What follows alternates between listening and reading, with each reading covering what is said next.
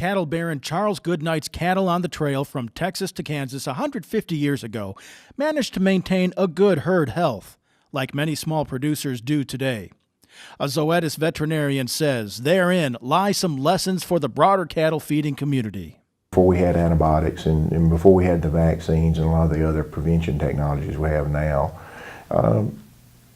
people figured out how to operate without a lot of morbidity and mortality. Those examples continue today, seen in the cattle health results from calves bought at auction markets. So the guy that comes to the sale barn and buys 20 calves and doesn't really know much about good vaccination, he takes them home and turns them into a pasture. He often gets pretty good results. So if we look into a future where we may be rewarded or punished based on animal health outcomes or our use of antimicrobials, that actually gives me hope that we can also manage better. That can begin with finding new ways to look at animal health successes and problems.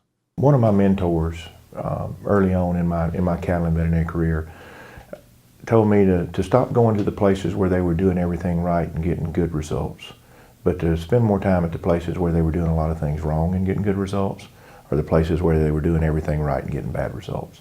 Managing overall herd health is more critical than breaking it down to each animal, but the individuals still need focused attention.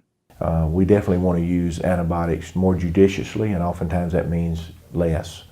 But we also are very conscious of our animal welfare outcomes, which means an animal that's sick needs to be treated promptly. With smarter management, with better stockmanship, we should have less disease and less reliance on antibiotics. Instead of just looking at those in tension, let's see where that we can put something else in there with them that we can improve on.